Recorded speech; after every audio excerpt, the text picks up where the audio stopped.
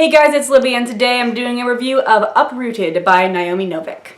I read this because it was nominated for Best Novel in the BookTube SFF Awards. However, I was planning to get to it anyway. Eventually, this just sort of pushed up that time horizon for me.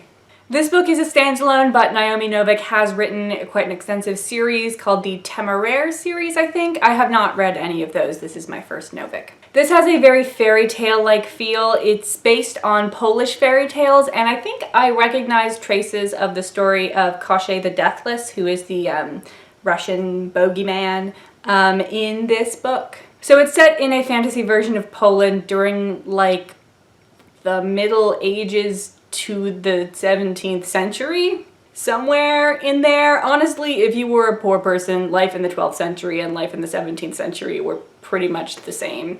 And our main character, Agnieszka, lives in a valley which is near a cursed and evil wood that, like, sends out biblical type plagues to infect the people and goad them to murder. I just went all Aeschylus right there.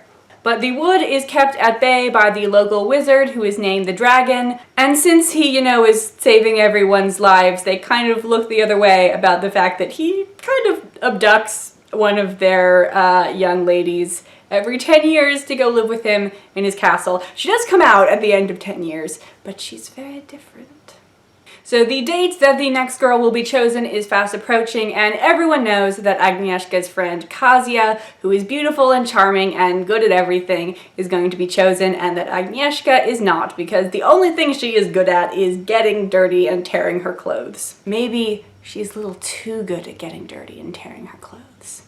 Because lo and behold, who'd have thought that the protagonist is the one that something interesting happens to. She is chosen instead of Kasia, and then she has to go live in this tower away from her family, and life gets hard. But life is about to get much harder because the wood is always lying in wait, waiting for an opportunity to claim more of the land.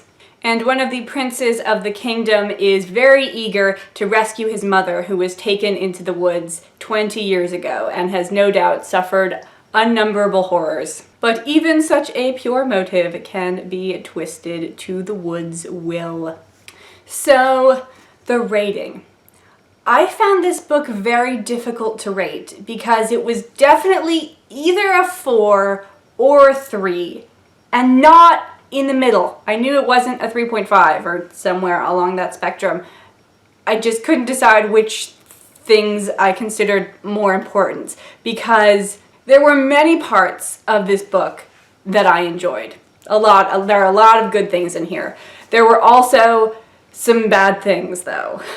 The first 100 pages or so are absolutely enchanting. Novik does a really good job of creating that fairy tale sort of pacing and verbiage, and it really felt like I was reading a Grimm's fairy tale or a Hans Christian Andersen fairy tale that I'd never heard of for the first time because I could never guess what was going to happen next. There was a perfect blending of older style and new ideas that made the first 100 pages just almost perfect. The first 100 pages gets 5 stars. But I did kind of expect this to happen. It's hard to maintain that almost whimsy at the sentence level when you need to have a really driving plot that, merits a 400-page novel as opposed to a 30-page short story. So about the time we enter the woods for the first time, it stopped feeling like a fairy tale and felt more like a fantasy novel. But, that's fine. The real problem started for me in, the third quarter of the book. We move to a new setting. We leave Agnieszka's pastoral home valley and we move to the capital, to the king's castle. And I just did not enjoy really anything that went on there. The big thing was that we had the whole situation of the provincial girl not knowing how to deal with all these posh people and society. And I'm starting to get worried that this is a trope because something similar to this happened in the Grisha trilogy. So if you guys ever see me about to read a book where this happens, please let me know and I will give it some additional consideration because Here's the thing, writers of the world.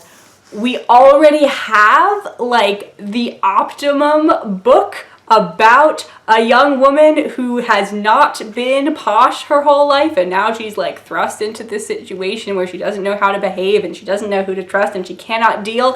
It is called Rebecca. It is by Daphne du Maurier. It is my favorite book of all time, and you are not going to improve upon it, so just don't try. Anyway, that's also where things kind of stopped making sense. Agnieszka was making some leaps of logic that I couldn't follow, and I was like, oh, this doesn't make any sense. It's not going to work out. Your plan is crap, Agnieszka. But then it did, so clearly I was not getting something, which maybe is my fault, but maybe it is the writer's fault. And so for, you know, most of the end of the book, I just gave up on trying to actually figure out the thread of the plot. And I was just like, okay, whatever's happening is happening. We'll just go with it. And like, I could follow it on a paragraph by paragraph basis, but I was totally unable to see the big picture, and that made it difficult to anticipate what was going to happen, which would have been nice in some ways.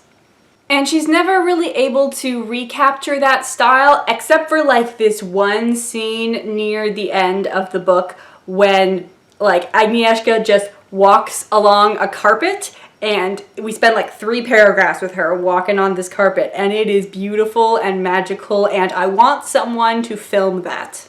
We also ran into some difficulties with physics. Like, I get that this is a fantasy novel, but how can you be high up enough in a tower that you can see over 3 walls, which are built, you know, presumably high enough to create some inconvenience to a man who is trying to get over them? So they gotta be 10-foot high walls. So 3 of them. And you can still see the people on the other side of these walls clearly enough to read their facial expressions and also hear what they're saying. Do you have like magic hawk eyes and bat ears, dog ears? What animal has really good hearing? I don't know, one of those. But I did like the very end of the ending. I kind of wanted there to be a sad ending. I wanted 3 of our main people, at least one of them, to die, because I was afraid that if they didn't, we would just have like an unmitigatedly happy ending, and that would just be like Hamlet having a happy ending. When you have a story where so many bad, awful things have happened to people, but then at the end it's all fine, I don't deal with that well. But Novik found a middle road where, you know, not everything is horrible, but there is also not unmitigated happiness and perfection. There's more of a gentle contentment, which was nice. So I think if you are interested in Eastern European fairy tales or the fantasy genre, and you don't have these sort of hang-ups that I have about books copying Rebecca, which is most people, then I think you should give this book a go. I am going to keep it, and I may reread it someday. Hopefully I can figure out what's going with the queen better a second time. And also, I'll probably just skip all of the boring court intrigue parts. Who needs those? Okay guys, I hope you have enjoyed this video. I will see you again soon.